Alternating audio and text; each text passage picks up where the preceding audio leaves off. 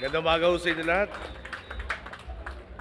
Yung pwede humaupo, maupo ho muna. Former President Vidal Valdez Ramos, Brother Armin Luistro, Secretary Jesse Robredo and Joel Villanueva, Governor Amado Espino, Provincial Governors present like E.R. Ejercito and sino ba nandito? Governor?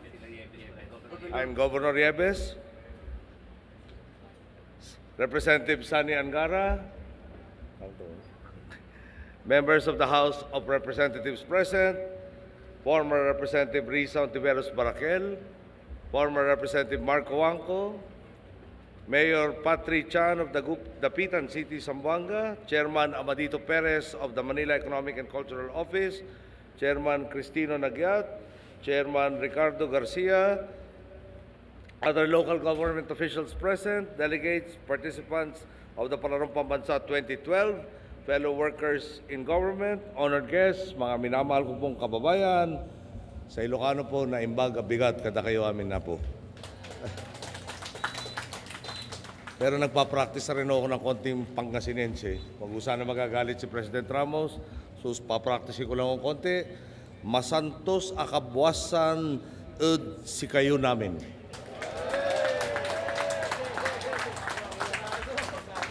Yung susunod po, turo naman ni Manay Gina de Benesa.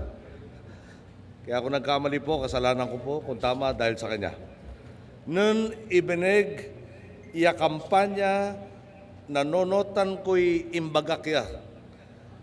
Amay-amay ya mangangagan bibi, jaud Pangasinan.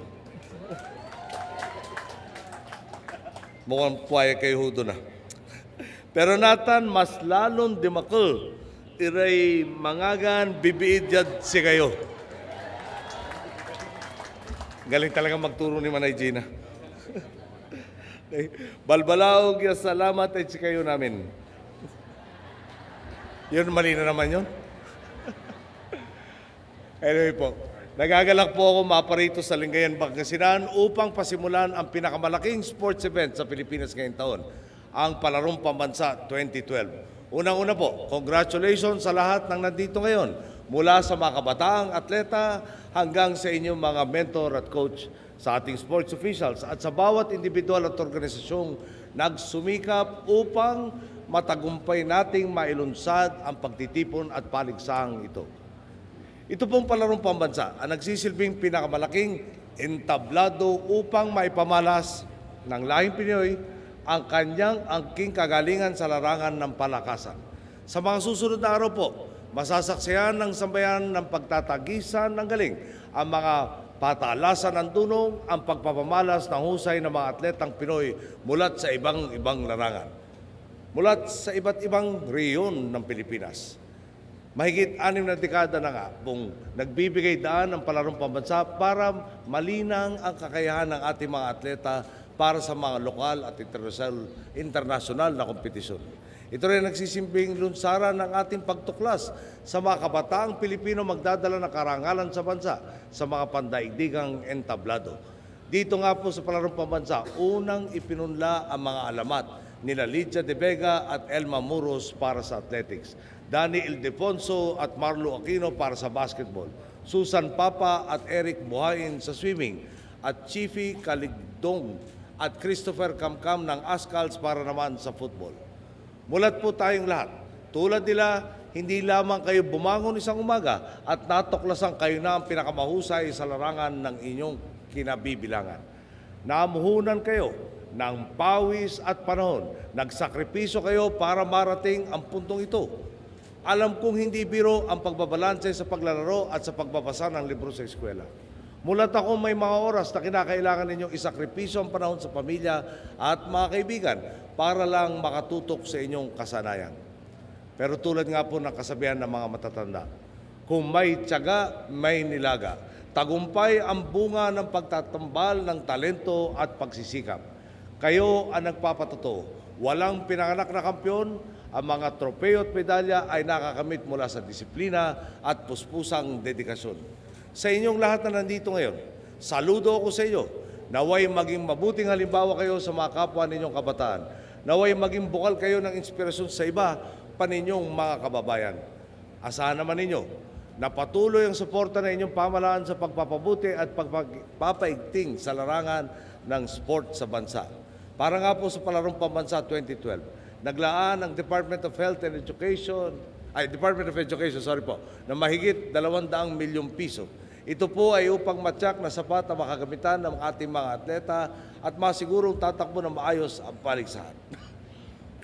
Bukod naman sa pakituwang sa DepEd sa pangangasiwa sa mga kompetisyon, nakalatag na rin po ang 2011 to 2016 Philippine Sports Roadmap ng Philippine Sports Commission.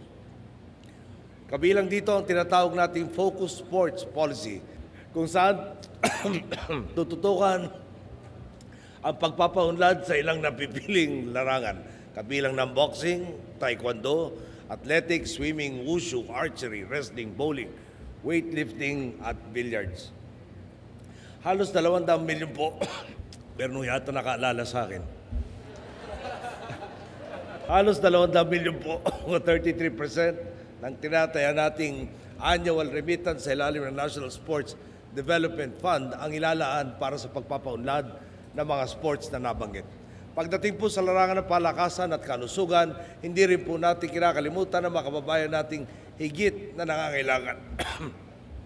Kasama na rin po mga inmates, persons with disabilities at ang iba pang mga kabataan. Nitong taong 2011, muli po nating nailunsad ang Batang Pinoy sa programang nakasentro sa paghuhubog sa kaugalian ng mga kabataan sa pamamagitan ng sports at iba pang mga laro.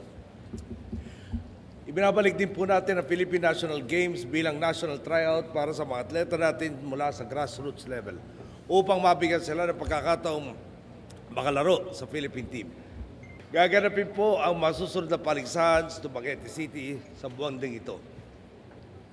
Aabot naman po ng 5 milyong piso ang inilaan natin pondo para sa mga persons with disabilities upang maipagpatuloy ang kanilang pakikilahok sa iba't ibang sports events. Ngayon din, halos 8,000 inmates mula sa iba't ibang piitan sa bansa ang regular natin binibigyan ng fitness regimen upang mapangalagaan ang kanilang pangangatawan at kalusugan. Nais ko po magpasalamat sa probinsya ng Pangasinan sa pamumuno po ni Governor Espino sa inyong pagsusumikap sa pagiging host ng Palarong Pambansa sa taong ito at sa mainit ninyong pagtanggap sa bawat isa sa atin ngayon dito. Sa inyong namamakalaok sa Palarong Pambansa 2012. Pagkatapos ng kompetisyon, ito sana maging bitbit ninyong pabaon. Hindi natatapos ang laban sa tunog ng pito, sa udyat ng batingaw o pagtapak sa finish line. Hindi nagtatapos ang inyong laban sa palaro. Marami pang pagsubok sa tunay na buhay at kalakang lipunan ang makakaharap ninyo. Naway gamitin ninyo ang lahat ng inyong pinatutuhan dito sa pagdaig ng mga hamong umaharap sa ating bayan. Patuloy sana kayong maharap. Patuloy kayong mangahas sa pag-abot sa kung anumang minimiti ninyo sa buhay. Tuloy lang ang pagsisikap, tuloy lang ang disiplina, tuloy lang ang sakripisyo at tiyak na sa mas malaking tablado na kayo'y paparangalan at hahakot ng mga medalya at tropeyo. Ngayon po, formal na natin binubuksan at pinasisimula ng Palarong Pambansa 2012. Sa inyong lahat, good luck sa inyong mga laban. Mabuhay ang kabataang Pilipino, mabuhay ang atletang Pinoy. Maraming salamat po.